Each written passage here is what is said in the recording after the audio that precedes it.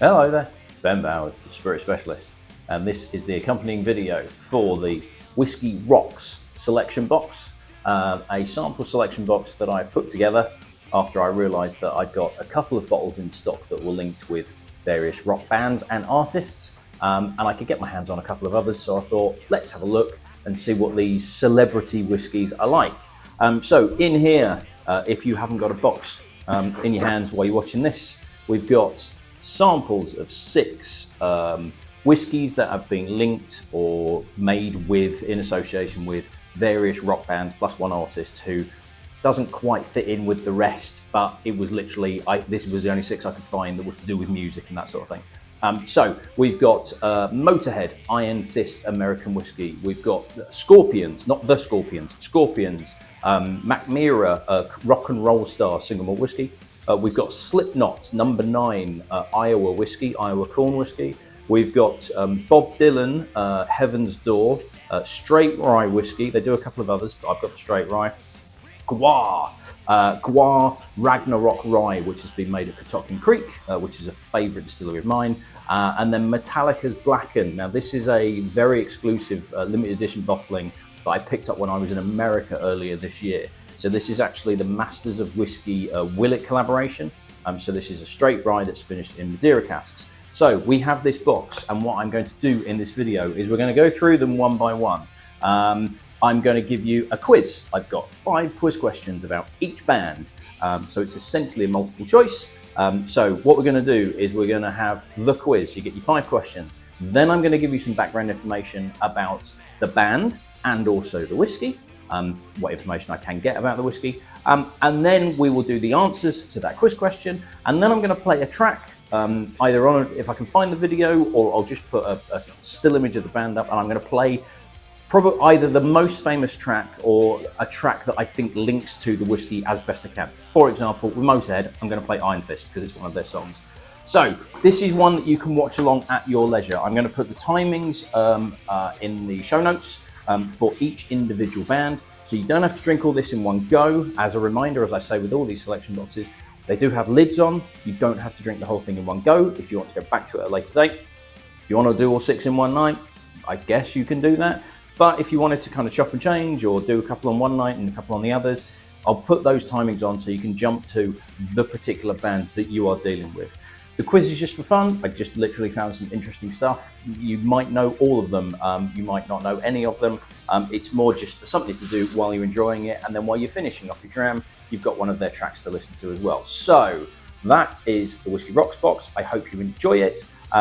Available to purchase from me. Now, I can't get hold of, well, I can get hold of the Motorhead Iron Fist, but I can't get it at a decent price. Basically, I can't get it in trade prices. Scorpions, I can order in. I don't have any on the shelf, but if you're wanting to purchase a bottle from me, then get in touch if you do like that one, and I will be able to order it in because I can get it direct from the supplier. Slipknot, like with the Motorhead, I can't get this at a decent price. I sort of can. Get in touch and I'll see what I can do for you. Heaven's Door I have on the shelf. Where is it? You might be able to see it just up there. That's what it is. Normally $69.99, actually down to $59.99. I managed to get it on a really good price. GWAR, Catoctin Creek, Ragnarok Rye. I have, it's out of shot, it's up on the top shelf. But that is $94.99. And Metallica Blackened, you can't get over here. It was one that I actually bought myself from America. So yeah, that's, if you are interested in buying any of these, Scorpions, Heaven's Door, GWAR, possibly Slipknot as well. The other 2, Motorhead and Metallica, you're not going to be able to get through me. Metallica you can't get, well, without paying an extortionate amount of money, you can't get over here. So that's the box, that's the plan, that's how you can enjoy it. I hope you do enjoy it, and let's go on with our first band.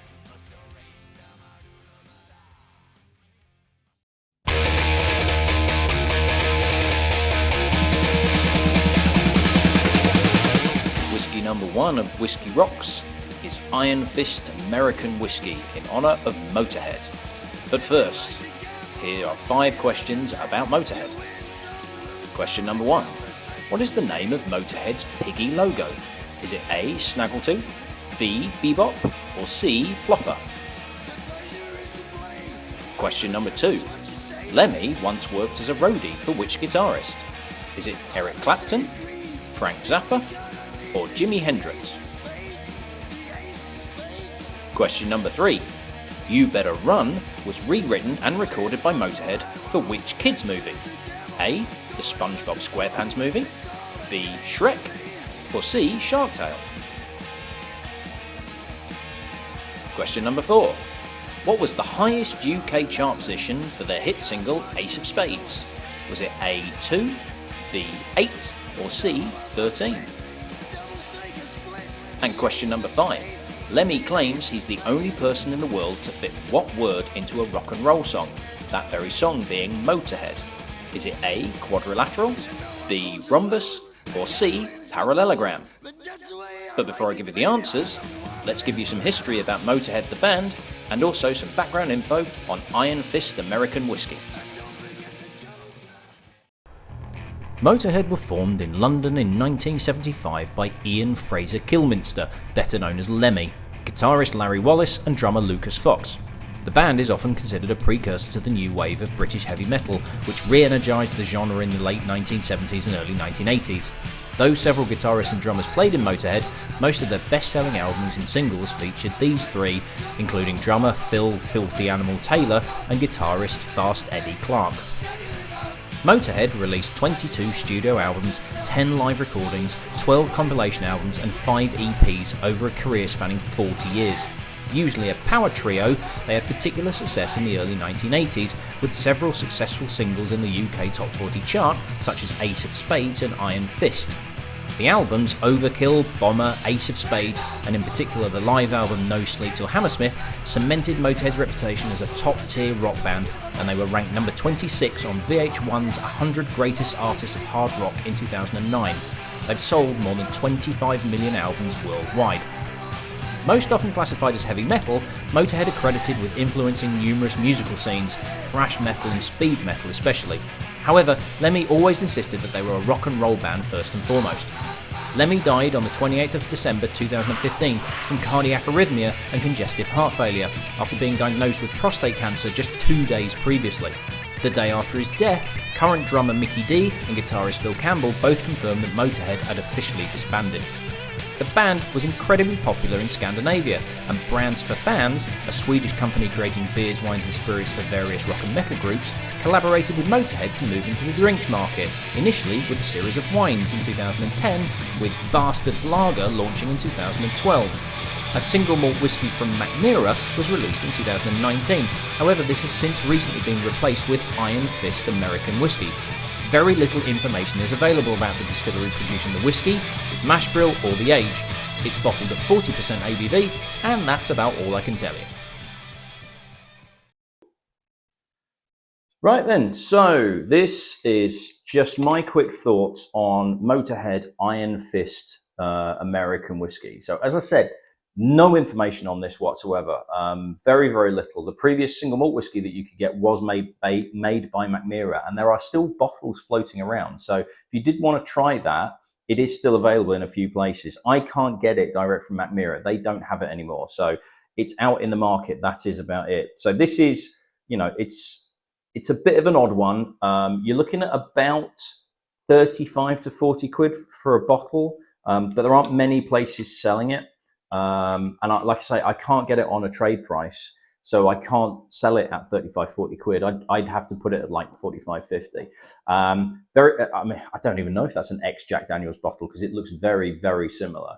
No indication as to who makes it, the distillery, that sort of thing. I do wonder if the bottle's a bit of a clue, but having said that, there are lots of sort of cheap Tennessee whiskey Jack Daniels rip-offs that tend to use the same shape bottle. So anyway, bottle at 40%, very, very little information about this. Let's see what it's like. So on the nose, very light, bit of sweetness in there, bit of vanilla. So I'm guessing there's a fair bit of corn in there because there's a nice bit of kind of caramel sweetness to it as well. Now what's quite nice is the fact that cheap, poorly made American whiskey in particular can come across quite, there's a note of acetate. There's quite a sharp acetate kind of like plasticky note on poorly made American whiskies. This doesn't have it. It doesn't have a lot on the nose, admittedly, but there's not that really sharp, acrid tang. So there's not a huge amount, but what there is quite corn heavy, it's quite sweet, it's quite light. Not a massive amount going on, but what there is relatively pleasant.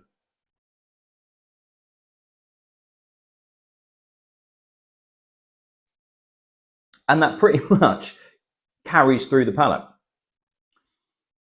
Again, not a huge amount. There's not a huge amount of depth. There's not a huge amount of weight. It's quite sweet. It really is quite sweet. Quite sugary. Brown sugar, candy floss, foam bananas. There's hints of Tennessee whiskey in here. But again, no real bite, no real kick, no real fire to it. Which, as a representation of a brand like Motorhead, kind of a little bit disappointing, because Motorhead were really kind of rough and ready, and you want something with a bit of oomph and a bit of kind of like, come on. And this is very, very easy drinking, but a bit too easy drinking. Like the nose, not a lot going on. What there is pleasant. There's nothing particularly harsh about it. There's nothing particularly rough. It doesn't feel like it's poorly made. There's just not a lot of depth and complexity to it. But what there is pleasant enough. Very, very easy to drink. I'm not really sure there's enough in it that's going to work in, say, a long drink. There might be plenty of people, Motorhead fans, that aren't really whiskey drinkers. They're going to buy a bottle of this and think it's pleasant enough, but more likely drink whiskey and Coke and that sort of thing. And it doesn't feel like there's enough backbone to it that it's going to kind of break through Coke or anything like that. I wouldn't want to be using this in a Manhattan or an old fashioned or something like that. In fact, it's that sweet already that it's already got an old fashioned vibe to it as it is. If there was more depth to it, maybe you kind of just added a bit more sugar solution, you could almost bottle it as a pre-mixed old fashioned. It really does have a sweet note to it. Very much kind of like sugary sweet as well. It's not bad. I don't think it does Motorhead any justice, unfortunately. And that is the problem with some of these celebrity brands, not just whiskies, but spirits as a whole, is that there are quite a few out there that you just put the name on it and it's going to sell. And the liquid is almost irrelevant. Now, the liquid here is not bad. It's not great, but it's not bad. This could have been a lot worse, and it's not. It's very drinkable. There's going to be lots of Motorhead fans out there that are going to get a bottle of this and go, oh, this is really pleasant. This is really easy to drink. And that's absolutely fine. And, I'm kind of glad it does that, rather than Motorhead fans trying it and going, oh, God, it's rough as hell and anything like that. And, well, Lemmy and the band were kind of, rough as hell in a good way, not in a bad whiskey way. So it's okay. Partly the reason that I'm not selling it. If I could get it at a trade price and sell it for 35 quid, to be honest, I probably wouldn't get it in, because it's not really a good, enjoyable, fun whiskey. It doesn't really do, for me, it's a bit of a disappointment considering the band name that's on it. But it's not terrible. It'll do.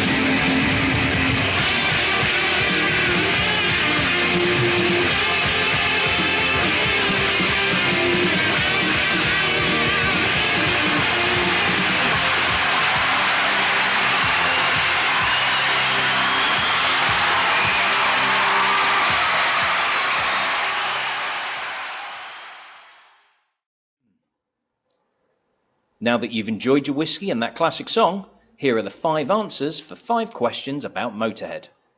Question number 1 was, what is the name of Motorhead's piggy logo? Was it Snaggletooth, Bebop, or Plopper? Well, Bebop was Teenage Mutant Ninja Turtles, and Plopper is quite rude. It's Snaggletooth. Question number 2. Lemmy once worked as a roadie for which guitarist? Was it Clapton, Zappa, or Hendrix? It was Hendrix. Question number 3. You Better Run was rewritten and recorded by Motorhead for which kids movie? And yes, this is genuinely true. Was it SpongeBob SquarePants movie, Shrek, or Shark Tale? It was the SpongeBob SquarePants movie. Question number 4. The highest UK chart position for Ace of Spades, although it's incredibly popular, was only 13. And question number 5. Lemmy claims he's the only person to fit what word into a rock and roll song? It was parallelogram. 4th day, 5-day marathon, we're moving like a parallelogram. Obviously sounds better when you're singing it. So that's the end of the quiz. Let's move on to the next whiskey.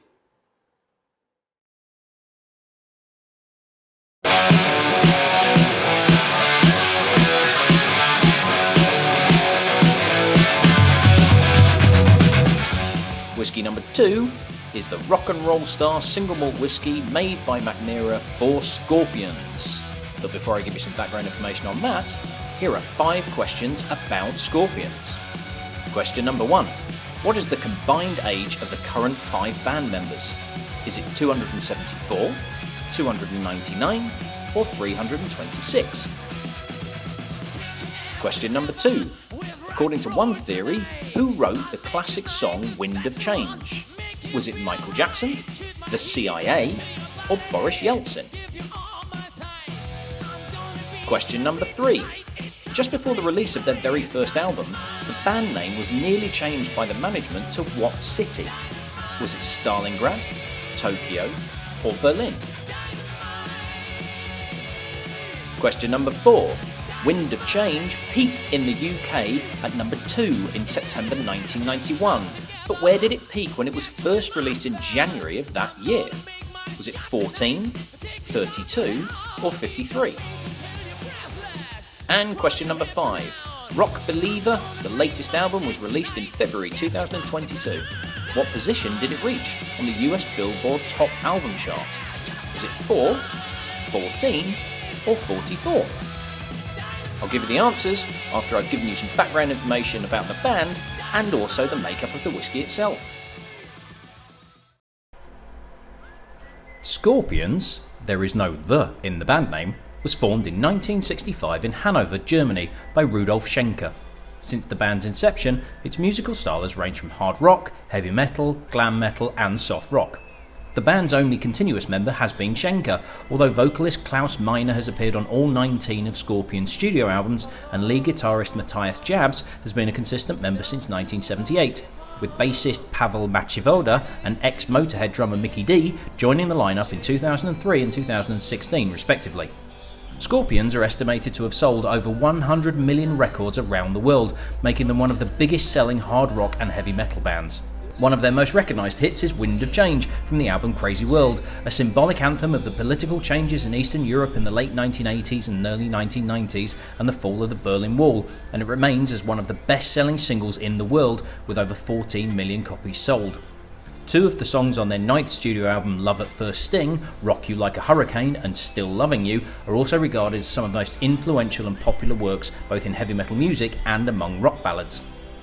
A collaboration between Brands for Fans and the Swedish distillery Mackmyra, Rock and Roll Star is a no-age statement single malt whiskey initially matured in ex-bourbon casks before a finishing period in both German cherry wine casks and Spanish Montilla Oloroso sherry casks. It's bottled at 40% ABV. Okay, so this is Scorpions. So it's called Rock and Roll Star. Mackmyra single malt whiskey. So I have, you'll be able to see up there, fair amount of Mackmyra. I do like Mackmyra as a distillery, as a brand.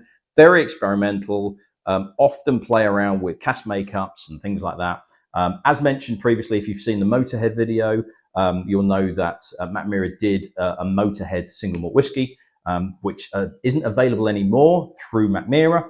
but is out in the market. There is still a bit of stock out there, but when they stopped doing Motorhead, they then did Scorpions. So this is ex-bourbon casks that have been finished in Montilla Oloroso casks and also German cherry wood, to get that little German link in there as well.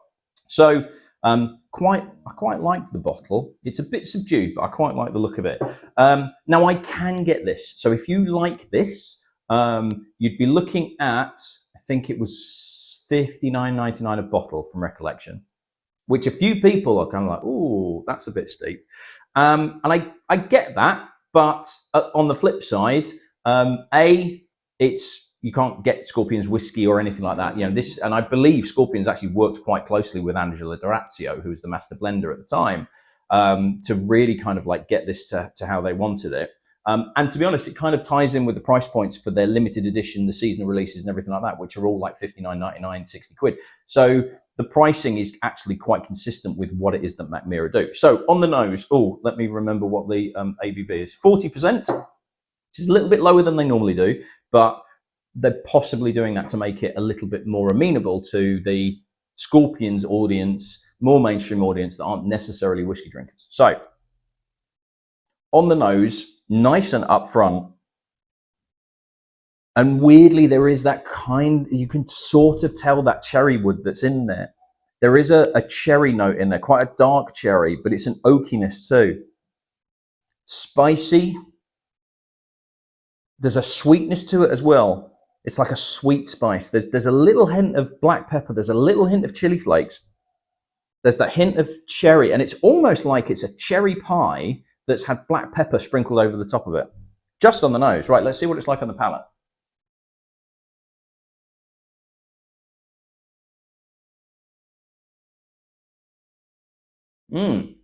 Oh, that's nice. Actually tastes like cherry pie, thick crust pastry, thick short crust pastry, slightly charred on the top, sprinkled with black pepper. There is a really soft fruitiness to it. Now, I think partly the fact of that is the fact it's bottled at 40% rather than, say, 43, 46. And it allows more of that fruitiness to come through. There's a hint of spice, but the spice isn't overpowering, and it's kind of there on the finish. It's a very fruity whiskey, slightly sweet, not too sweet, not as sweet as the Motorhead that I've just had. Very, very drinkable. I do wonder what it would be like at, say, 46. I think there'd be a bit more of a bite to it. But I think they've deliberately done 40 so that more people are going to be able to enjoy this, because this is a whiskey that's not necessarily made for whiskey drinkers. This is a whiskey made for Scorpions fans, and not all Scorpions fans are going to be hardcore whiskey drinkers. So it makes it more approachable bottling it at 40. I really like that. It's interesting. It's kind of like a combination of sour cherry, sweet cherry, chili spice, black pepper, sherry elements coming through now as well, which is accentuating the cherry wood. The cherry is not predominant. It's not obviously cherry, but knowing cherry wood is involved in there, and maybe it's subconscious. Maybe it's just the fact that, you know, I know that cherry wood's been involved. My subconscious is going cherry, cherry, cherry, but it's very, very drinkable. It's another cracking bottling from Mackmyra. So if you like this, then you can pick up a bottle from me. Now, it's not showing on my website. Just send me an email and go, I've had the Whiskey Rocks box. I'd be interested in getting a bottle of Scorpions. Can you let me know how long it's going to be, how much it's going to be, etc., etc., and I'll get it sorted out for you. So, without further ado, let's play a Scorpions song while you finish off your dram.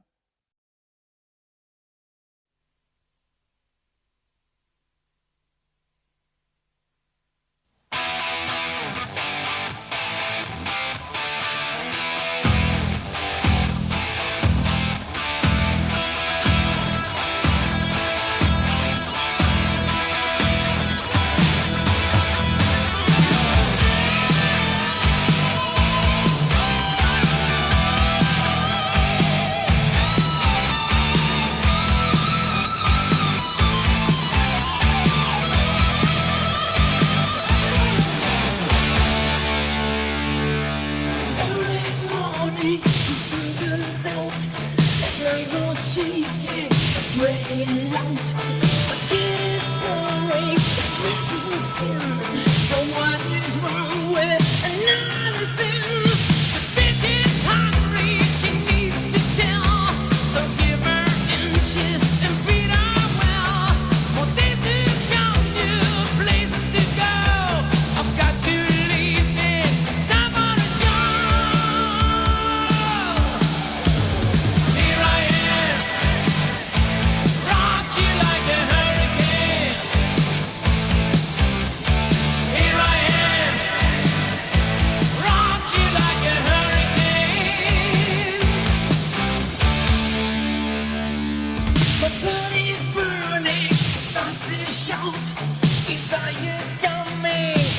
sound loud.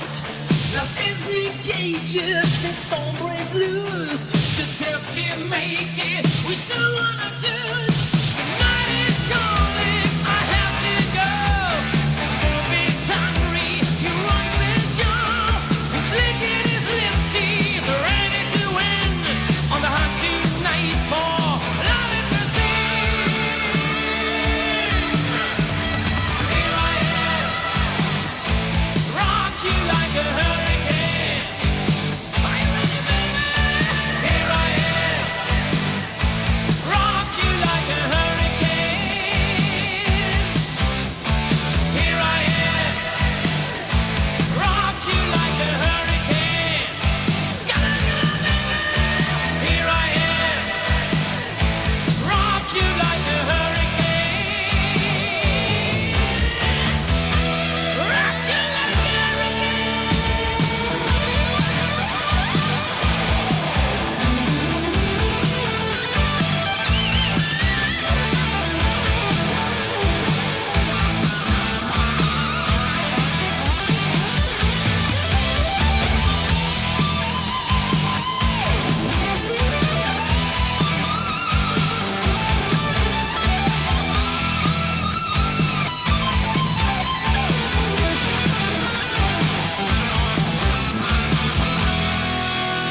It's early morning, the sun comes out.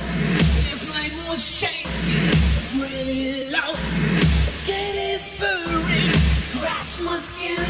So what is wrong with another sin? Night is calling, I have to go. The bomb is hungry, he runs the show. He's licking his lips, he's ready to win. On the hunt tonight for love and prestige. Here I am, rock you like a hurricane. Here I am, rock you like a hurricane. Here I am, rock you like a hurricane. Here I am, rock you like a hurricane. Here I am.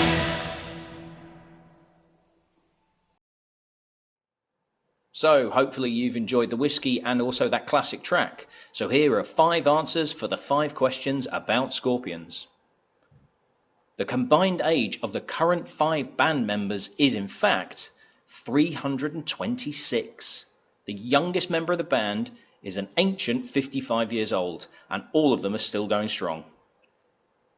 Question number 2. According to one theory, who wrote Wind of Change? There is a conspiracy theory going that the CIA wrote Wind of Change as an inspirational track to actually break up the Soviet Union. Wind of Change is also the name of a podcast which delves deeply into this conspiracy theory, and it's well worth a listen. Question number 3. Just before the release of their first album, the band name was changed to Stalingrad, but the band themselves weren't that keen on it.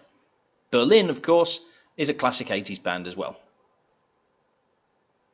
Question number 4. Wind of Change did peak in the UK at number 2 in September of 1991, but it was originally released in January of that year, and it only made number 53 in the charts. And finally, Rock Believer, their new album, was released in February of 2022. It made a very impressive number 4 in the US Billboard Top Album chart a couple of weeks later.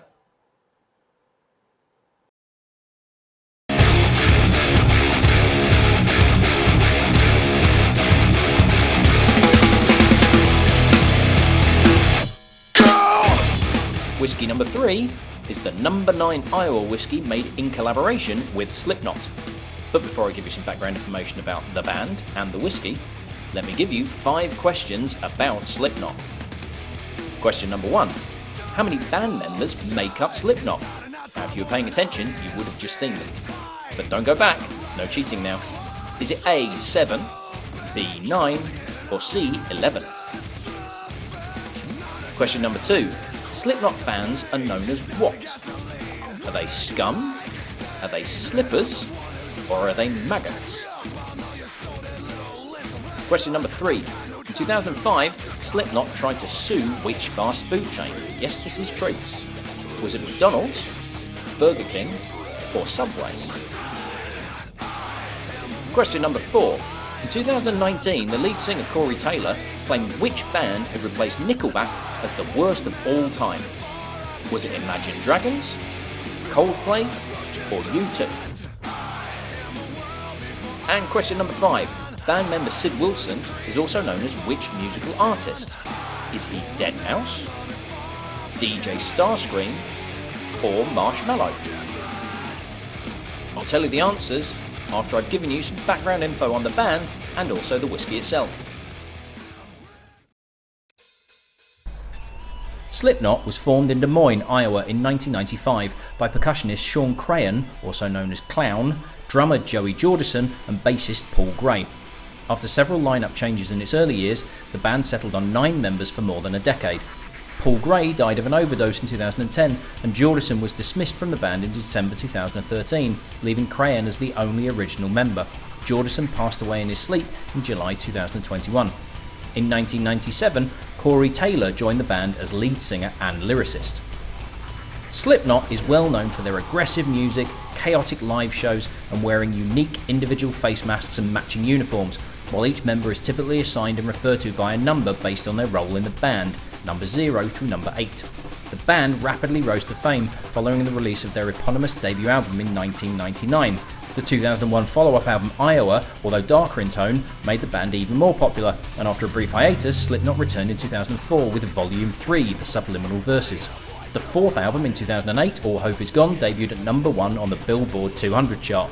After another long hiatus, Slipknot released its 5th studio album, 5, The Grey Chapter, in 2014, and their 6th studio album, We Are Not Your Kind, was released in August 2019.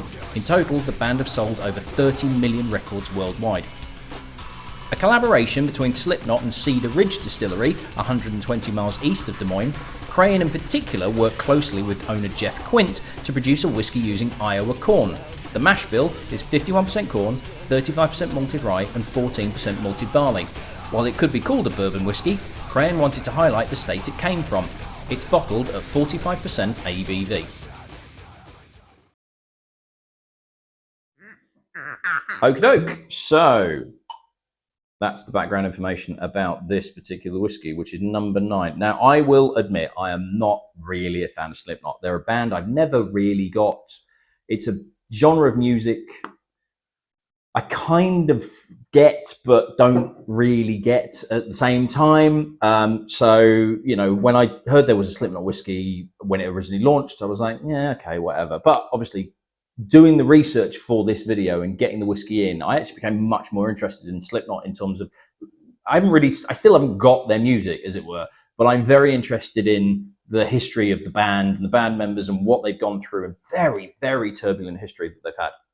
So, you know, it's very interesting to see what's kind of the end result. So this is the number 9, which is the 90 proof. So this is 45%, but there is also another bottling, which is, I don't think it's cask strength. I think it was like 100 proof or something like that. But I think you can only get the number 9 over here. Now I can get this. You're looking at about, I think it was 45 quid, 50 quid by recollection. Probably should have checked before I started videoing it. If you're interested in getting a bottle of this, I can get this at a kind of trade price, but it's not direct from the distributor in the UK. So if you're interested, if you do like this a lot and you want to get a bottle from me, and I'd rather you got a bottle from me than from somewhere else because I've got kids to feed, let me know. Drop me a line. I'll do some digging. I'll find out the best price I can get it for you at and let you know. And if that works for you, then you can buy a bottle from me. Everybody's happy. If it doesn't work for you, and I know that somewhere else is going to sell it cheaper than I can potentially sell it to you for, I will let you know because I'm too honest like that. So, Iowa, corn whiskey. And straight away, that corniness comes through. Sweet. But there is, corn whiskey has this, there's a sweetness to it. And a lot of people go, oh, corn whiskey is always really sweet. But there's also this other note, which is almost like the corn husks, which is, it's like sweet but dry at the same time. And it's all there. 45% as well. So we've got slightly higher ABVs than the previous two that we've had.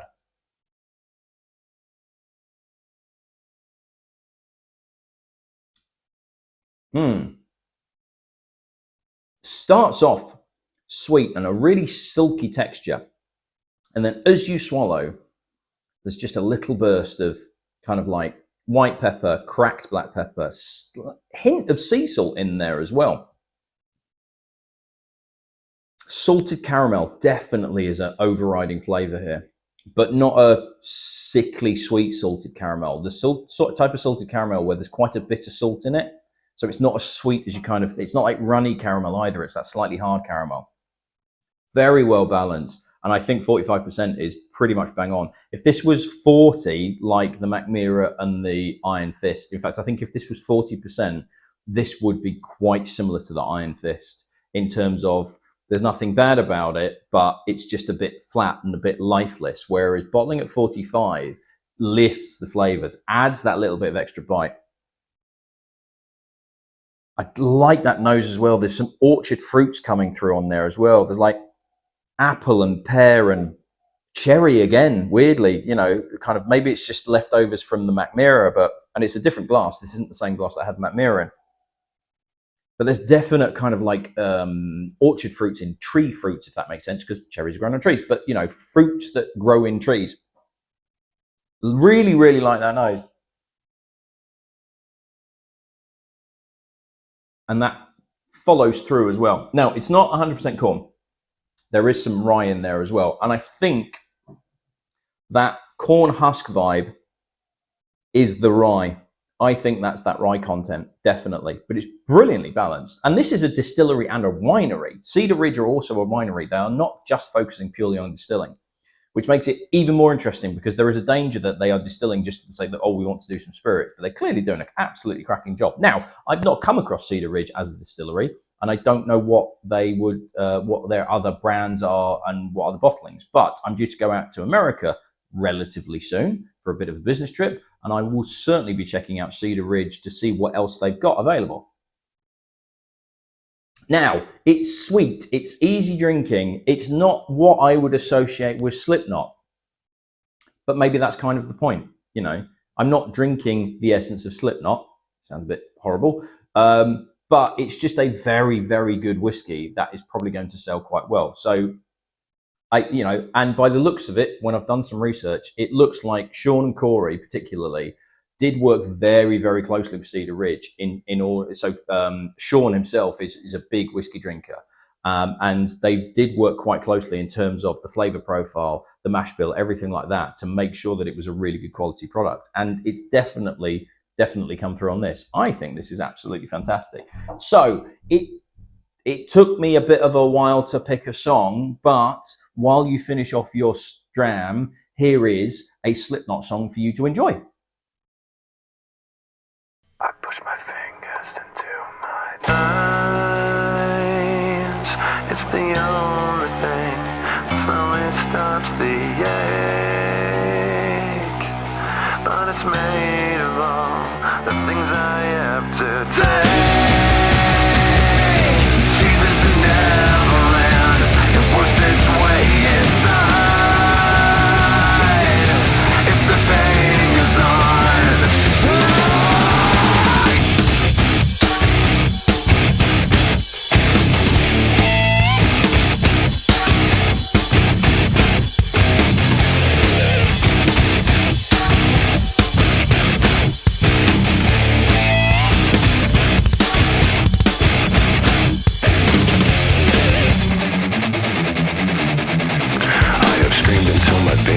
I've waited as my time's elapsed. Now all I do is live with so much fate. I've wished for this, I've bitched at that. I've left behind this little fact: you cannot kill what you did not create.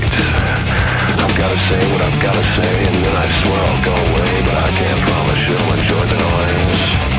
I guess I'll save the best for last. My future seems like one big past. You're left with me cause you left me no choice.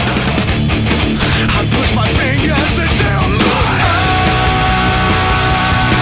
It's the only thing that slowly stops me.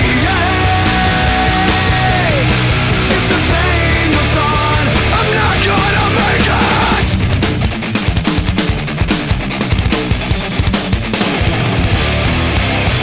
Put me back together, or separate the skin from bone. Leave me pieces, then you can leave me alone. Tell me the reality is better than the dream, but I found out the hard way.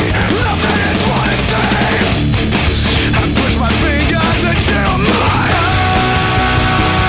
eyes. It's the only thing that slowly stops me. But it's made of all the things I have to take.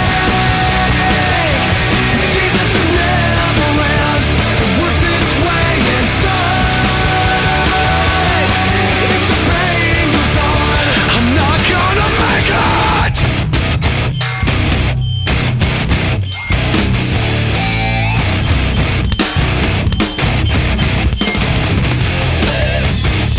All I've got is insane.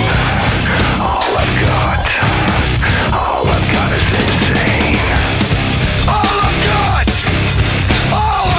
insane. All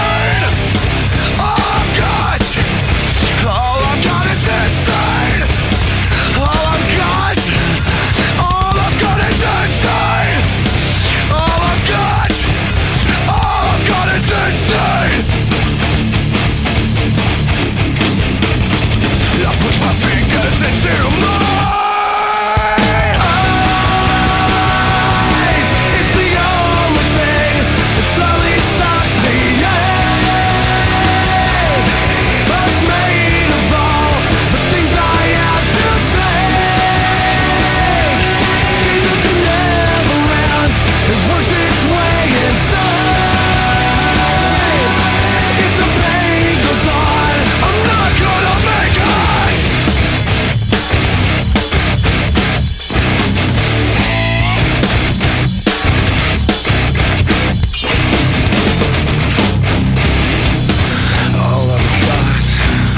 All I've got is insane. All I've got is insane. All I've got is insane.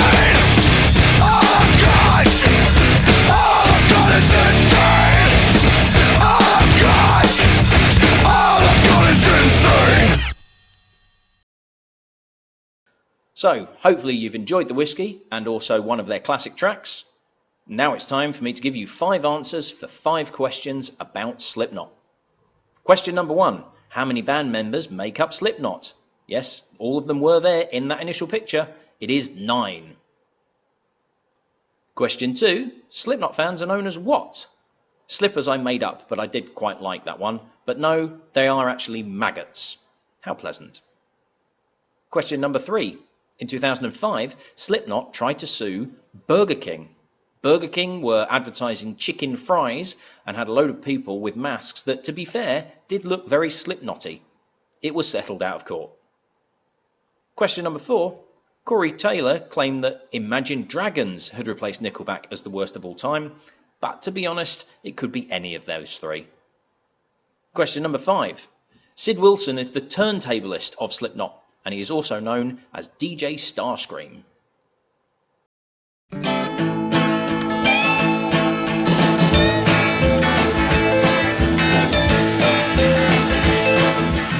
Whiskey number 4 is the Heaven's Door Straight Rye Whiskey made in collaboration with Bob Dylan. But before I give you some background information about Dylan and also the whiskey, let me give you 5 questions about Bob Dylan. Question number 1. According to secondhandsongs.com, how many cover versions have there been of his hit Knockin' on Heaven's Door? Is it 66, 166, or 266? Question 2. Dylan's highest UK chart position to date was number 4, but for which song? Like a Rolling Stone, Lay Lady Lay, or Knockin' on Heaven's Door? Number 3. Only one other Nobel Prize winner has a drink named in their honour, but what drink is it? Is it champagne, vodka, or Scotch whisky? Question 4. Who presented Bob Dylan with the Presidential Medal of Freedom? Was it Bill Clinton, George W. Bush, or Barack Obama? And finally, Ronaldo and Clara was Dylan's only foray into film directing. He co-wrote it with which stalwart American actor? Was it Peter Fonda, Sam Shepard, or Harry Dean Stanton? Now, before I give you the answers, let me give you some background information about Bob Dylan, in case you didn't know, which is unlikely, and also Heaven's Door whiskey. Bob Dylan, born Robert Allen Zimmerman on May 24, 1941, is often regarded as one of the greatest singer-songwriters of all time and a major figure in popular culture during a career spanning more than 60 years. Much of his celebrated works dates from the 1960s, when songs such as Blowin' in the Wind and The Times They Are A-Changin' became anthems for the civil rights and anti-war movements, with lyrics during this period incorporating a range of political, social, philosophical and literary influences, defying pop music conventions and appealing to the burgeoning counterculture. Following his self-titled debut album in 1962, which comprised mainly of traditional folk songs, Dylan made his breakthrough as a songwriter with the release of The Freewheelin' Bob Dylan the following year. In the mid-60s, Dylan drew controversy among folk purists when he adopted electrically amplified rock instrumentation, and in the space of 15 months recorded 3 of the most important and influential rock albums of the era, Bringing It All Back Home, Highway 61 Revisited, both in 1965, and Blonde on Blonde in 1966. The 6-minute single, Like a Rolling Stone, expanded commercial and creative boundaries in popular music. In July 1966, a motorcycle accident led Dylan's withdrawal from touring. During this period, he recorded a large body of songs with members of the band who had previously backed him on tour. In 1975, he released Blood on the Tracks, which many saw as a return to form, and in the late 1970s he became a born-again Christian, releasing a series of albums of contemporary gospel music before returning to his more familiar rock-based style in the early 1980s. Dylan's 1997 album Time Out of Mind marked the beginning of a renaissance for his career, and he's released 5 critically acclaimed albums of original material since then, the most recent being Rough and Rowdy Ways in 2020. He also recorded a series of 3 albums in the 2010s, comprising versions of traditional American standards, especially songs recorded by Frank Sinatra. He's also toured continuously since the late 1980s on what has become known as the Never Ending Tour. Since 1994, Dylan has published 8 books of drawings and paintings, and his work has been exhibited in major art galleries. He's sold more than 125 million records, making him one of the best-selling musicians of all time. He's received numerous awards, including the Presidential Medal of Freedom, 10 Grammy Awards, a Golden Globe Award, and an Academy Award. He's been inducted into the Rock and Roll Hall of Fame, the Nashville Songwriters Hall of Fame, and the Songwriters Hall of Fame. The Pulitzer Prize Board in 2008 awarded him a special citation for his profound impact on popular music and American culture, marked by the lyrical compositions of extraordinary poetic power. And in 2016, Dylan was awarded the Nobel Prize in Literature for having created new poetic expressions within the great American song tradition. Heaven's Door Whiskey was launched in 2018 by Dylan and Mark Bushala, who had previously co-founded Angel's Envy Bourbon. In 2015, Dylan trademarked the name Bootleg Whiskey, referencing a series of recordings that featured previously unreleased material from Dylan's long musical career. Bushala became aware of the registration and approached Dylan about a drinks partnership. To date, Heaven's Door has released 3 core expressions: a straight rye whiskey, double barrel whiskey, and Tennessee straight bourbon, along with a special edition of its 10-year-old Tennessee bourbon. The whiskies were fashioned by Ryan Perry, head of whiskey development, and master distiller Jordan Vire at Heaven's Door Spirits. Liquid is currently sourced from various distilleries, but while there was an intention to open a distillery and art centre in a converted 160-year-old church in Nashville, this appears to have been put on hold. Each bottle features artwork of sculptures of metal gates that were made at Dylan's art studio, Black Buffalo Ironworks. According to Dylan, the gates were constructed from random metal objects he picked up from farms and junkyards, and include everything from farm equipment, children's toys, kitchen utensils and antique firearms, to chains, cog axles and wheels. Dylan was reluctant to use his name as a selling tool for the brand, and it took a while to get his acceptance to have his signature just included on the neck tags. The mash bill for the straight rye is 95% rye and 5% malted barley. It's suspected the spirit is sourced from MGP in Indiana, with aging for around 4 years initially in new oak before a period of finishing in toasted Vosges oak barrels. Vosges is a forest in France that borders Germany. Barrels made from oak from this region are used mainly for aging wine, predominantly white wine. It's bottled at 43% ABV. Right, so Heaven's Door straight rye whiskey. So as you've already heard, there was 3 different expressions, and a couple of years ago, before I opened the shop, while we were in lockdown, COVID lockdown in the UK, I did a celebrity spirits tasting event, kind of a precursor to this almost. But it was not just whiskies, it was spirits and all sorts of things like that. And Heaven's Door bourbon was part of it. Now, I was really, really looking forward to to trying Heaven's Door because I'm a massive fan of Angel's Envy, which is behind me here.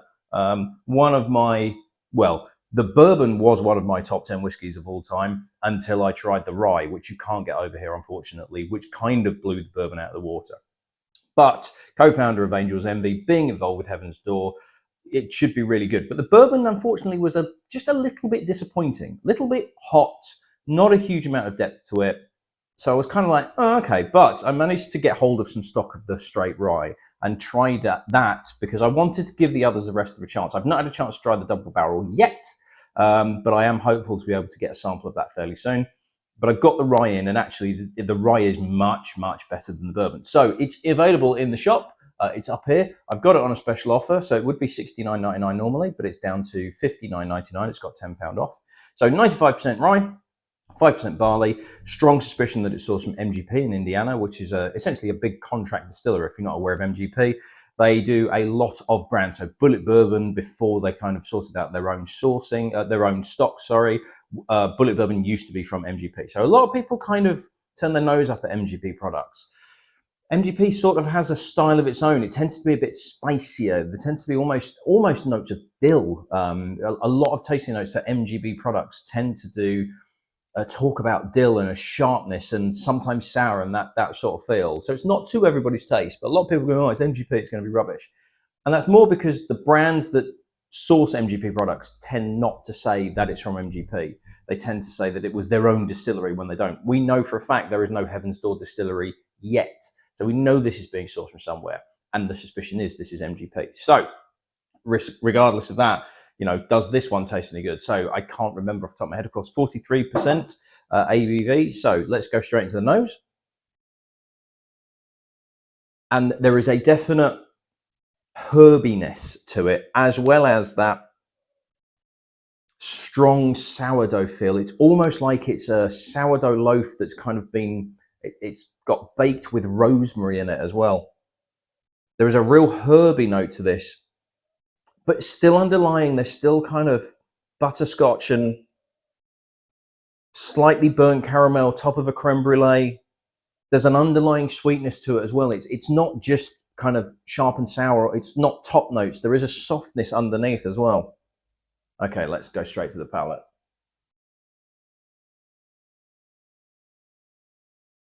Oh,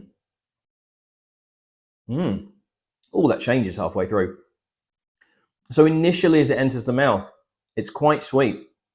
There's a brown sugar, runny caramel sweetness coming through.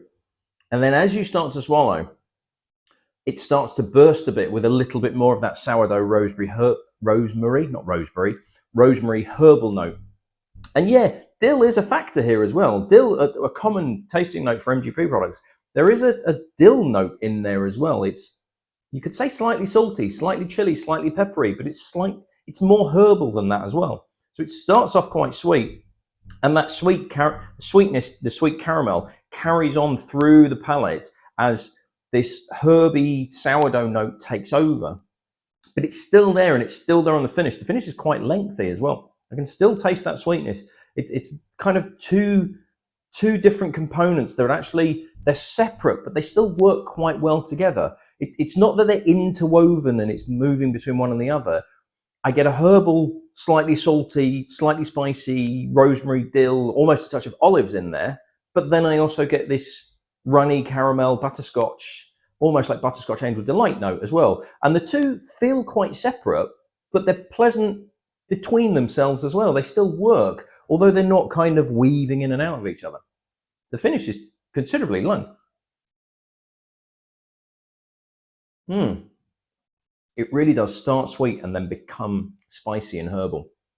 This is going to make a cracking Manhattan. I haven't made one yet, and I've got a tiny, tiny, tiny little bit left. This is the leftover from having done the sample packs. So I might try that in some kind of cocktail. I think it's going to work as an old-fashioned. It's got the sweetness already. Maybe just needs a bit of kind of orange bitters or something to kind of make it a little bit fruitier. but it should work with the Manhattan. It's got enough of a kick to work quite nicely with a red vermouth. This is vastly superior to the Heaven's Door bourbon. The bourbon was dry, one note, harsh, really, really disappointing. But this is much more. Now, it's not as sweet as the Angel's Envy rye, but it does have a little bit of that note. It's got that really nice balance of kind of sour rye, sweet toffee as well. You know, maybe that it's not a lot, 5% barley, but maybe that 5% barley is just helping sort of bring that sweetness to the fore as well. It's a really, really good whiskey. I really like this. I think the bottles are really nice. To be honest, I'm not much of a Bob Dylan fan. I don't really get him as a musician, as an artist, as the sort of personality. Just doesn't work for me. But that's fine, because I don't get Bowie. I don't get lots of other people, celebrities that other people absolutely adore and think are the greatest things on earth. That's fine, each to their own. But I do like this whiskey, and I do like the way that this bottle looks. The bourbon disappointed me. I thought it was quite expensive, but I think this is not a bad price the way that American whiskies are going at the moment. And this is one where I think if we'd have had it on that tasting, I think we would have been a lot more impressed with this as a brand. So fortunately, this has really brought Heaven's Door back up, and I think this is excellent. And you're going to get a tenner off while I've got this remaining bit of stock. So if you do want to get a bottle of it, having tried it, get in touch quick. So let's have a Bob Dylan song. And I couldn't not kind of put Knocking on Heaven's Door on. Now, I very nearly put the Guns N' Roses cover version on, because the rest of the pack, this is kind of the outlier. Bob Dylan doesn't really fit in with Metallica and GWAR and Slipknot and all this lot. But this bottle was one of the first ones where it's like, oh, actually, I could put a kind of rock pack together. And I was quite tempted to put the Guns N' Roses cover version, so it was a bit more rocky in terms of the songs, but that's doing Dylan a disservice. So here's the original, the classic, the timeless 166 cover versions of it. Oh, I've just given away one of the answers for your enjoyment, and then here's the answers to the quiz.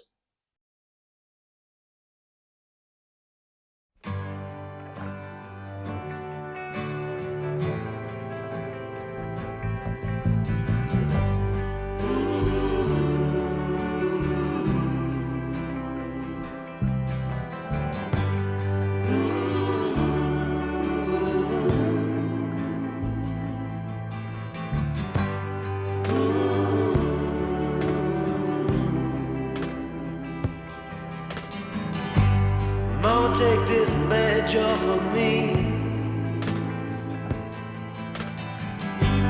I can't use it anymore.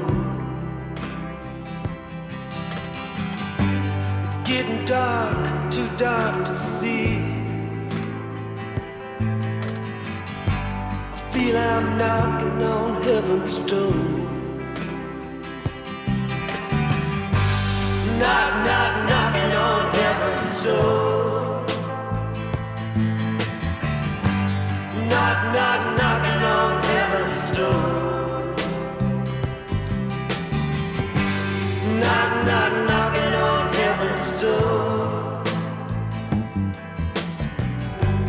Knock, knock, knocking on heaven's door. Mama put my guns in the ground. I can't shoot them anymore. That long black cloud is coming down. I feel I'm knocking on heaven's door. Knock, knock, knocking on heaven's door. Knock, knock, knocking on heaven's door. Knock, knock, knocking on heaven's door. Knock, knock, knocking on heaven's door.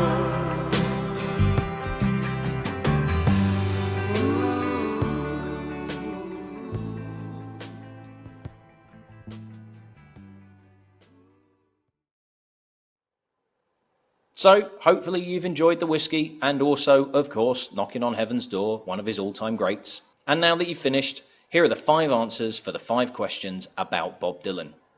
Question number 1. There have been a whopping 166 cover versions of Knocking on Heaven's Door. Question number 2. Dylan never made a number 1. His highest chart position was number 4, and that was in fact for Like a Rolling Stone. The other Nobel Prize winner that has a drink named in their honour is actually Sir Winston Churchill, and Paul Roget do make a champagne that is named after him. Bob Dylan was given the Presidential Medal of Freedom by Barack Obama. And finally, Ronaldo and Clara was co-written with Bob Dylan and the actor Peter Fonda.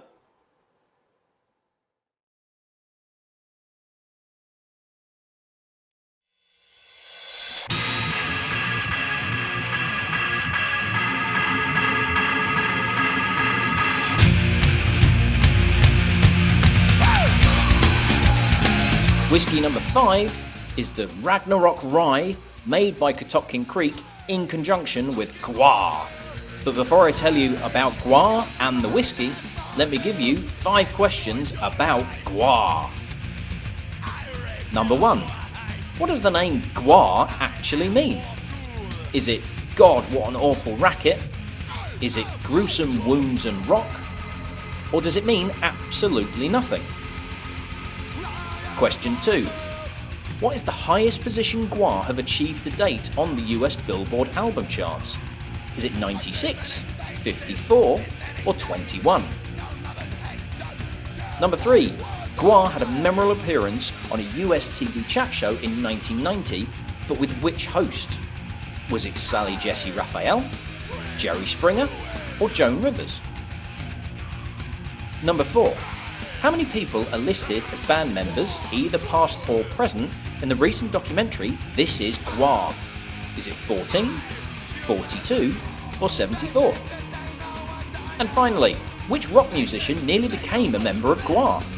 Was it Dave Grohl from Nirvana and the Foo Fighters, Flea from the Red Hot Chili Peppers, or Jared Leto from 30 Seconds to Mars?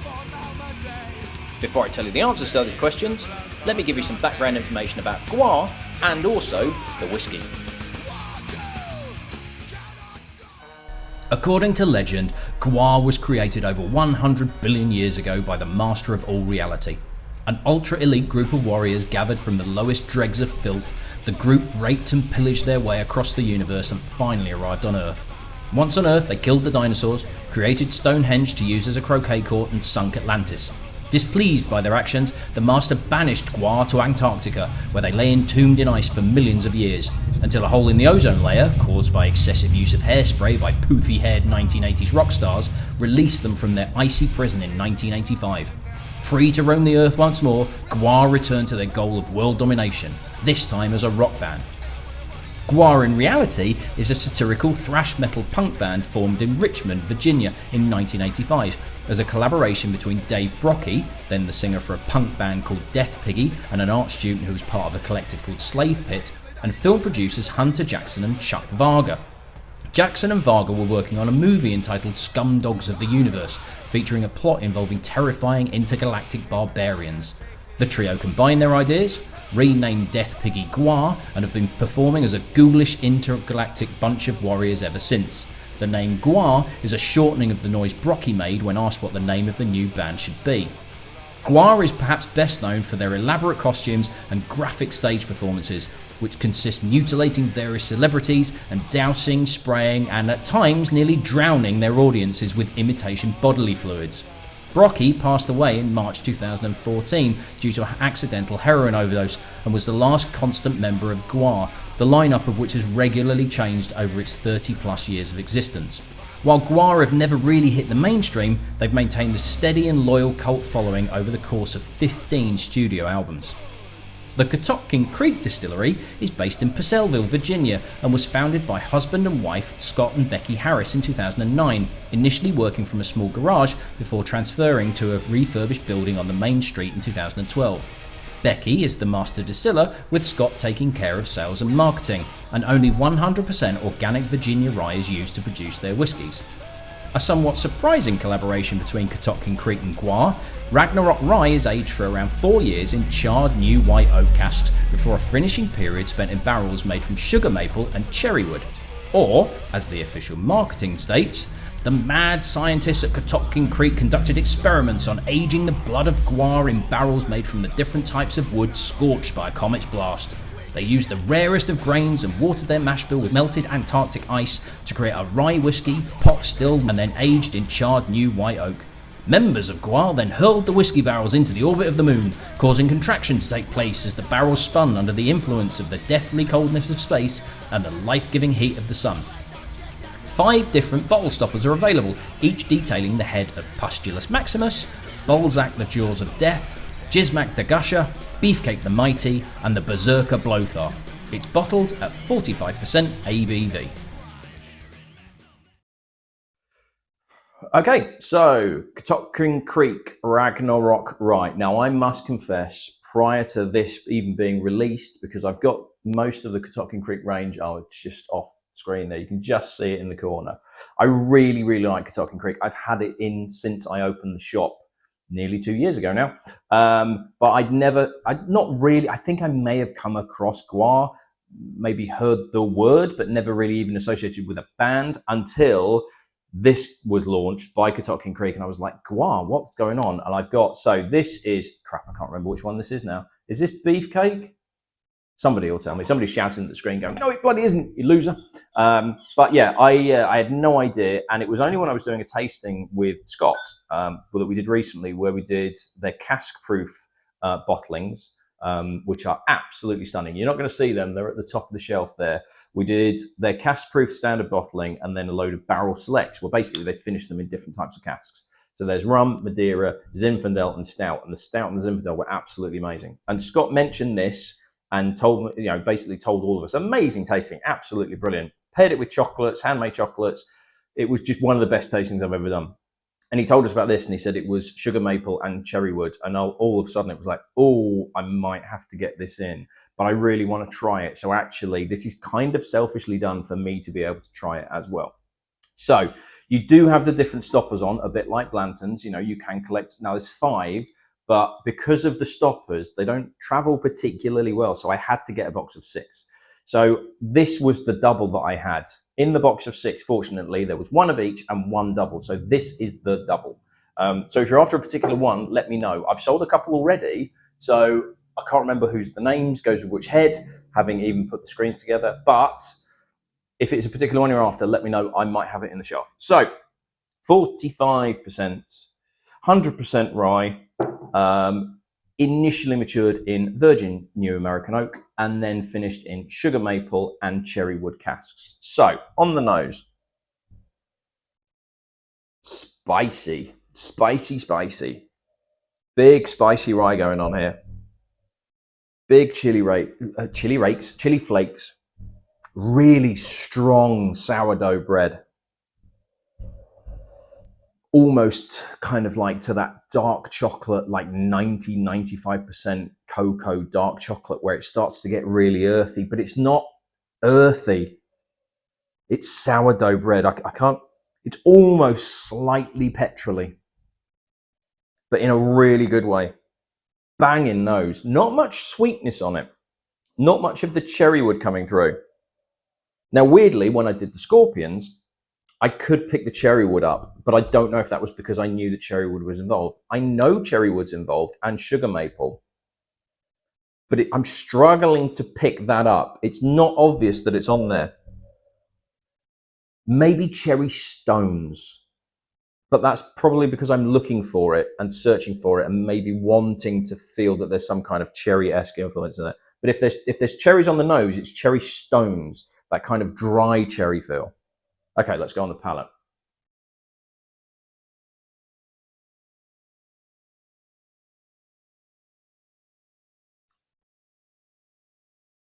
Ooh, that packs a punch. I would not have said that was 45. It feels like closer to 50. Not that it's not hot. There's a lot of intensity in there as well. Cherry stone vibe is there. Very much that sourdough bread. That drying aftertaste, particularly on the palate. Particularly on the finish, it's slightly drying, but it's not like a wine tannin drying. It's like you've eaten the crust on a toasted sourdough bread, and it's just kind of sucking the moisture out of it.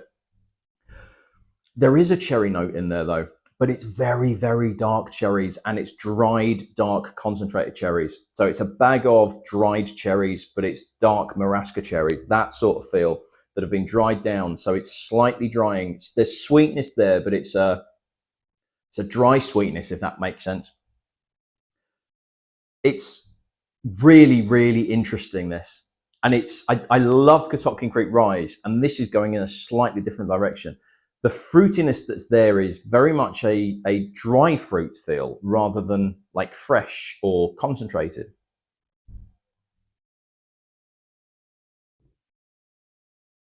Again, I really want to try this in a Manhattan. I think, so I have a red vermouth called Azaline, which is quite an intense, very dry, spicy red vermouth. Too intense for some people. This is going to be slightly too intense for some people, a bit like the band. But I think that, plus Azaline vermouth, will make one of the deepest, darkest, most intense Manhattans I think I'll ever have come across. It feels like there's a slight smokiness to it. Now, I have a Finnish rye called Kiro, which is wood-smoked rye. And that has a lovely woody smokiness coming through. And there is a hint of that on here. There is this really, really soft smoke feel to it. Very much in the background, but it's absolutely lifting the flavors and making things much, much more interesting. Now, I'm positive that no smoke has been used to dry the rye to go through the fermentation process. I'm absolutely convinced that this is a combination of the type of the new make spirit along with the barrels that have been used to that, particularly that sugar maple and the cherry wood, I think is introducing what feels like a slight smokiness, but isn't actually peat or wood or anything like that that's being used to dry barley. Sorry, rye in this case. It's intense, but in a really, really good way.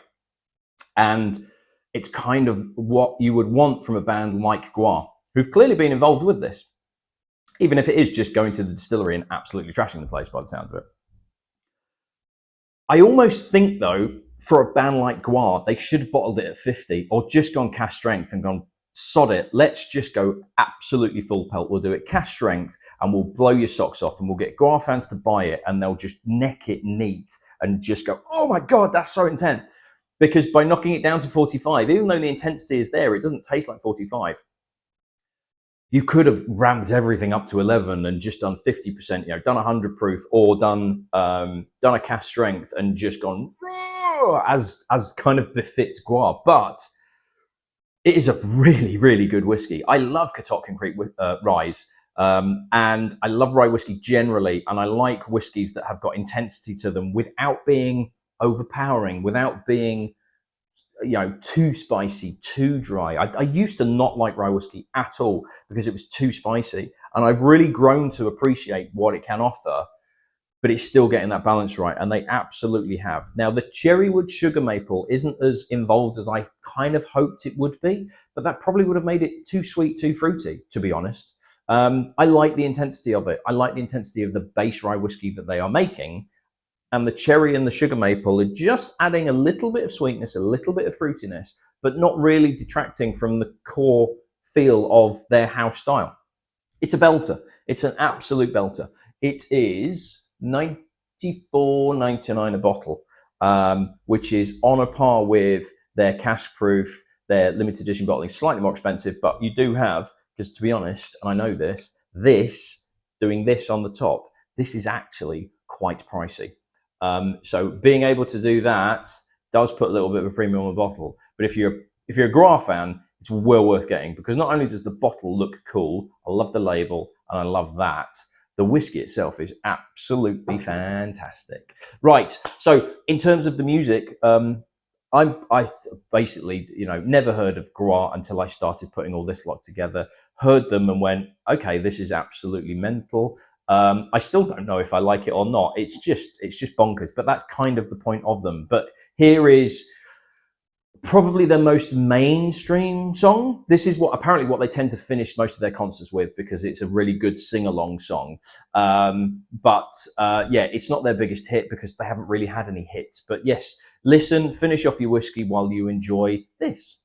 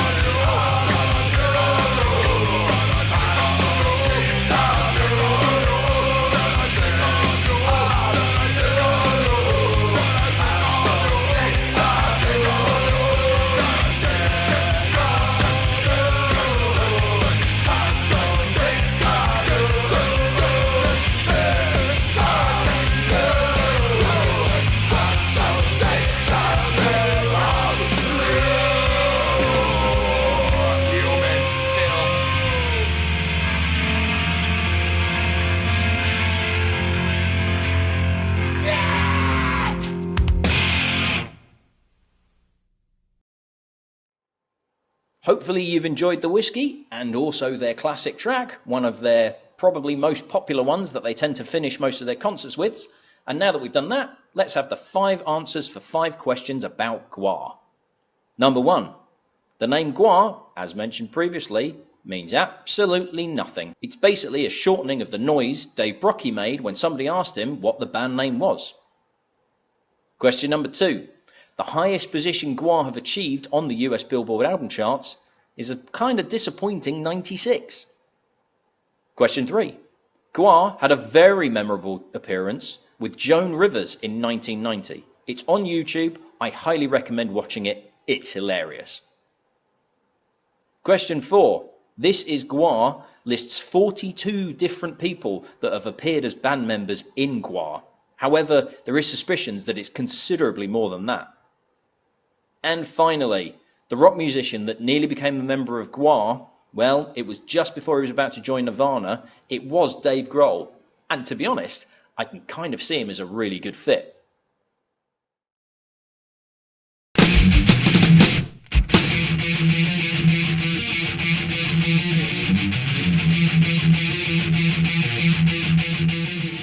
The final Whisky of the Whisky Rock selection box is from one of my personal favourite metal bands, Metallica.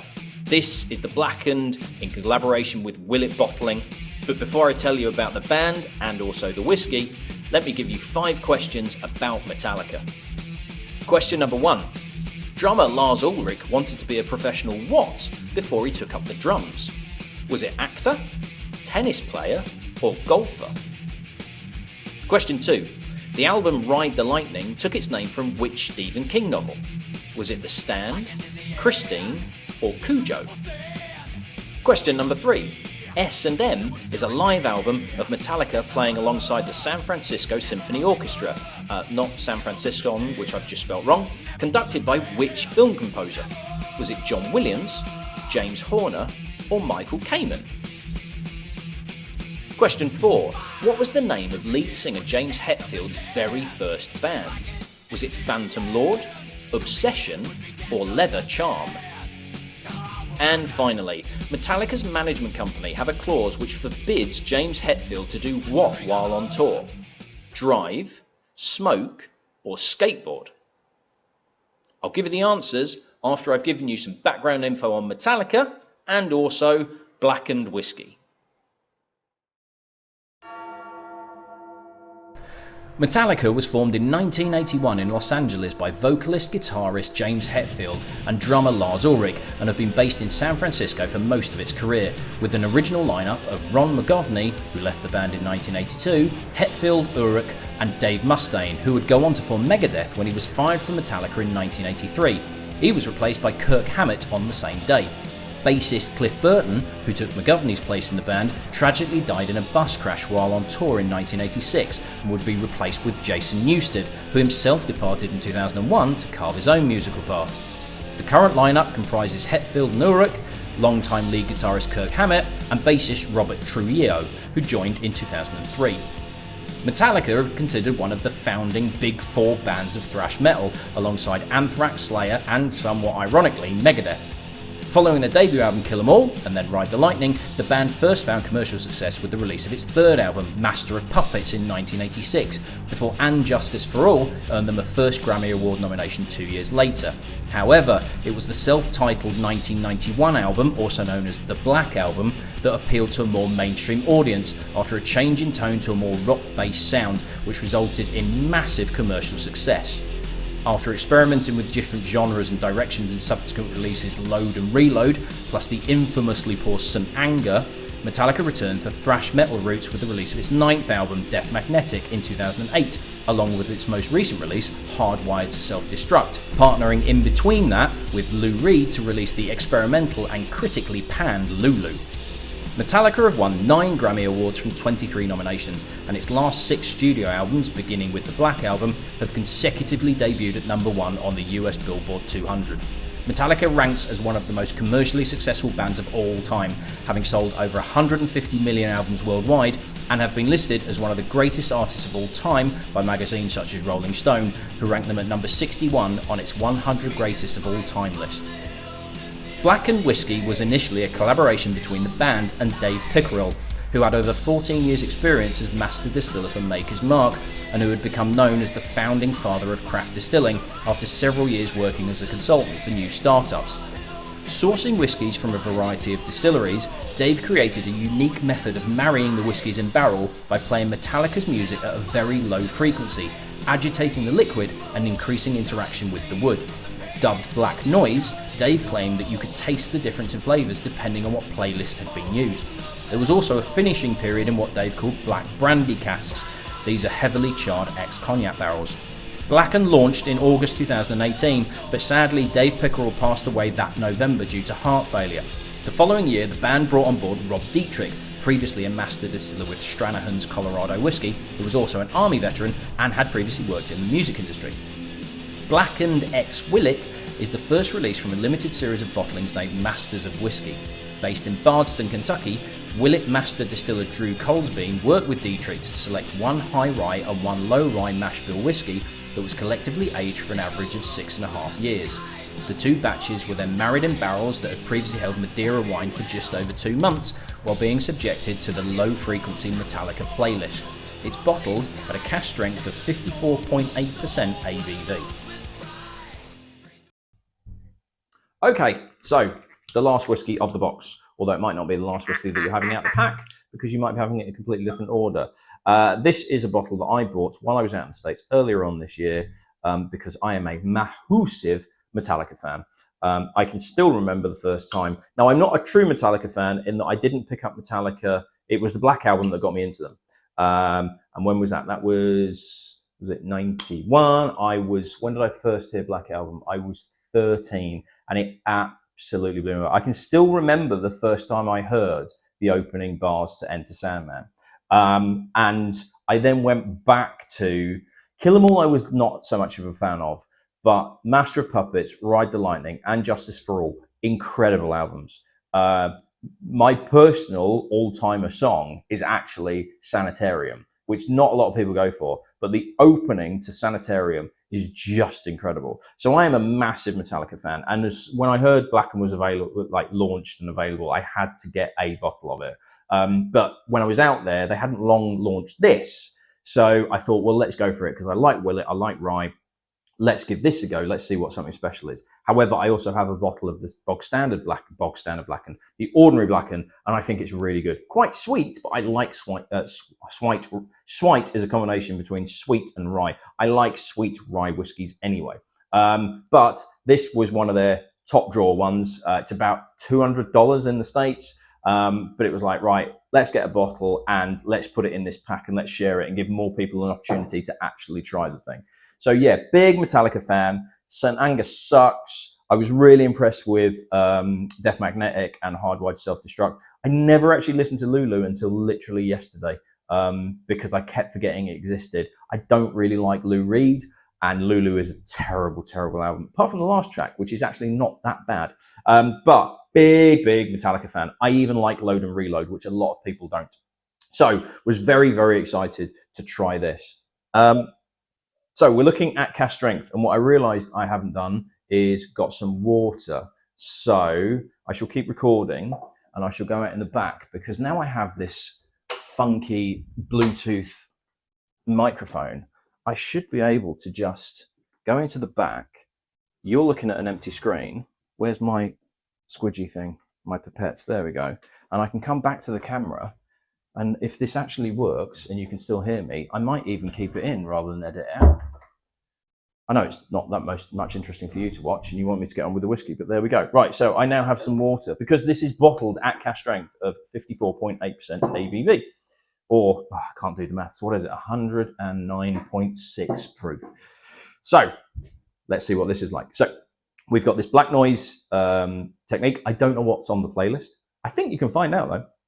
That has been in those Madeira casks. So, it's high rye, low rye, 2 batches into Madeira casks for, I did say in the blurb as well, and I can't remember how many weeks it was. Not a lot. I've got the notes here. Can I look? Yeah, shall I look at them? I might cut this bit out because this will be a bit boring because I look so unprofessional. What did I say it was? Where did I put my notes? That's GWAR. Oh, come on, Ben. This is absolutely terrible. This is definitely getting edited out. because this is shocking. So unprofessional. 2 months. Yeah, because I think it was 9-10 weeks that it was put in there while they play the music to marry the high rye, low rye in the Madeira casks. So on the nose, sweet, sweet, sweet. Now I struggle with Madeira. I don't really like Madeira wine on its own, and Madeira whiskies I kind of have a bit of a love-hate relationship with. But this starts off sweet, and it's got that slightly nutty note of a Madeira cask, that kind of like sweet nuttiness. But then the rye starts to come through. You get a touch of sourdough. You get a nice little bit of chili flakes, dry chili flakes. Very, very slight petrol-y note coming through there as well, which is something I always associate with rye whiskies. And as soon as you say, oh, it smells of petrol, people are like, what? That sounds absolutely horrible. And it's like, no, kind of in a good way. Lot going on the nose there. And this is at cask strength as well.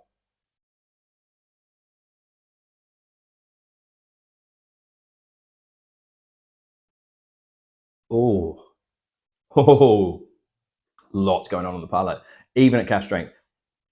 That alcohol level is so close to being overpowering. There's lots of flavor coming through, and it's pushing its way through that heat of the alcohol, and it works. It's just, if it was literally like, instead of 54.8, if it was 55, it would be slightly too high. It's so close to being just slightly too high ABV. Loads going on. There's nuttiness. There's a sharp sour note. There's a herbal note. There's caramel. There's sea salt. There's black pepper. There's rosemary. There's smoky bacon. There's Brazil nuts. Loads going on, and that's with that cask strength going on as well. I'm going to take another sip, and then I'll add some water into it.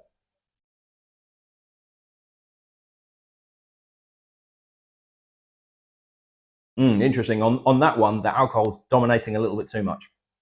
It feels like it's masking some of the flavors that were there on that first sip. So I'm going to take, I've not got a huge amount in there, so I'm going to take a couple of drops. Not much.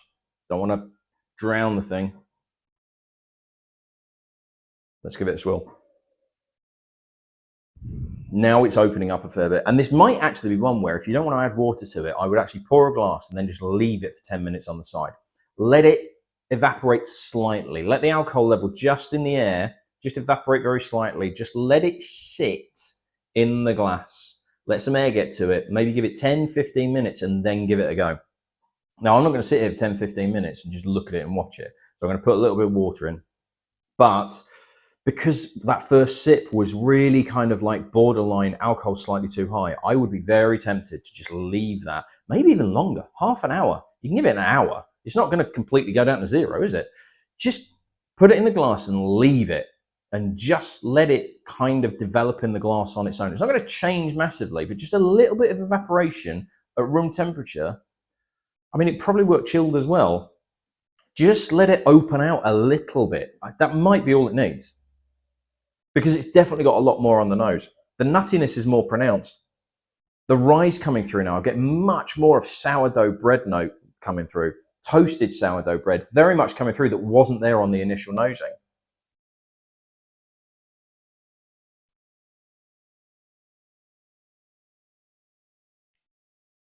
Interestingly, spicier this time. Cracked black pepper, more of that dry chili flake coming through. Less of the sweetness, interestingly. Less of the sort of caramel notes that were underneath. The nuttiness is coming through, but it's a drier nut now. It's less Brazil nuts and more kind of like hazelnuts. There was a touch of pecans on the first when it was at cask strength, drying it neat, and now it's slightly drier with water, which I wasn't expecting. I was expecting it to kind of go the other way. I actually prefer it at cask strength. I prefer drinking it neat, and I am very tempted to put a little bit in a glass and just leave it for half an hour and then come back to it, and I think it will be absolutely bang on. Adding the water to it hasn't improved it. It's changed it. And personally for me, slightly for the worst. Not massively so. It's still really, really good, but I much prefer this at cask strength. So this is not available in the UK. This is only available in the US, as is the standard Blackened. However, I might be able to get some bottles of the standard Blackened available in the shop. But the problem is bringing stuff over from America without going through like proper distributors, getting pallets of the stuff to get it at a good price, which means you can be competitive with how much it is in the UK. You've got duty, you've got taxes, you've got all sorts of things to pay, which does put the price up in the UK. But let me see what I can do. So this will be the final song. And it would be obvious to put Blackened on, but Blackened is a decent song. But if you're not a Metallica fan, or if you bought this box and you've not really listened to Metallica songs, Blackened isn't the greatest advert for Metallica. I'd put Sanitarium on, but I don't think that's a great advert. There's so many good songs, particularly from the earlier years. Orion I love, For Whom the Bell Tolls, absolutely amazing opening, like one of the best openings ever. But I am kind of going to go a little bit mainstream, only because I genuinely think that Enter Sandman has one of the best riffs and one of the best openings to a song of all time. So that is why I'm going to put that on. And then once you've finished off your dram and you've enjoyed what is arguably one of the greatest rock songs of all time, then I'll give you the answers to the quiz questions.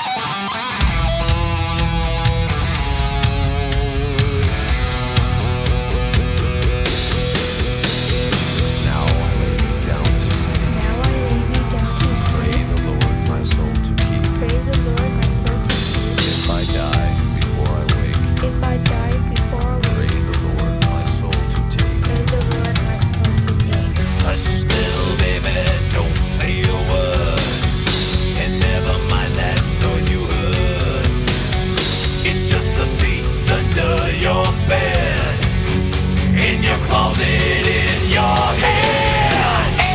Exit light and tonight. Grain of sand. Exit light and tonight. Take my hand. Off to never, never land.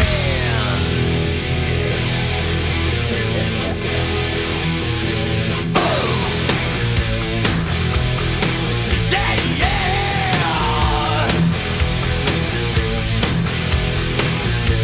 Yo.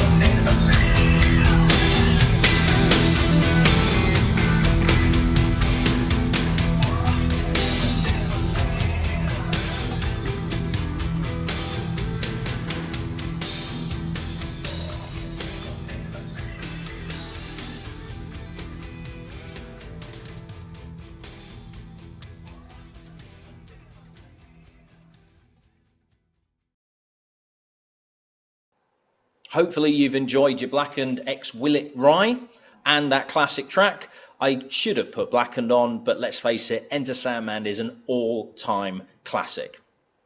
And to finish off, here are the 5 answers for the 5 questions about Metallica. Question number 1. Drummer Lars Ulrich wanted to be a professional what before taking up the drums? Well, he was actually planning to take up after his father and grandfather, who were both professional tennis players. Question 2. The album Ride the Lightning takes its name from the classic Stephen King novel, The Stand. Question 3. S&M is the live album of Metallica playing alongside the San Francisco Symphony Orchestra, which was conducted by Michael Kamen, sadly no longer with us, and did some classic soundtracks. Question 4. The name of James Hetfield's very first band was Obsession, but Phantom Lord and Leather Charms were also names of bands he was in before forming Metallica. And finally, Metallica's management company forbid James Hetfield from skateboarding after fairly on in their career he broke his arm after a nasty fall. And that is Whiskey Rocks. I hope you've enjoyed the box. I hope you enjoyed the whiskies inside. As I said earlier, and a couple of times, some of these are available to purchase from yours truly. So the Scorpions, I don't have listed on my website, but I can get from Mackmyra because I buy from them. So if you are wanting to get a bottle of Scorpions, get in touch, send me an email, just go through the website and get in touch and let me know if you're interested. In fact, do you know what? What I'm going to do is I'm going to put it on the website and then you can click notify me when back in stock and I'll be able to get in touch with you. Ragnarok Rye is available, and the Bob Dylan's Heaven's Door. So Ragnarok Rye is out of shot up there, $94.99, and the Heaven's Door is just there, £10 off, down to $59.99. Slipknot number 9, I potentially can get. I can get it at a trade price, but it's not the best trade price. But I might be able to sort something out for you. So if you are interested in getting that Slipknot number 9, get in touch. Before you get it from the big boys like Master and Malt and Amazon and all that nonsense, drop me a line and I shall see what I can do for you. The Metallica Blackened, unfortunately, not available in the UK. And likewise, the Motorhead Iron Fist, not available from many places in the UK. And I've not yet found who to get it from at some kind of trade price.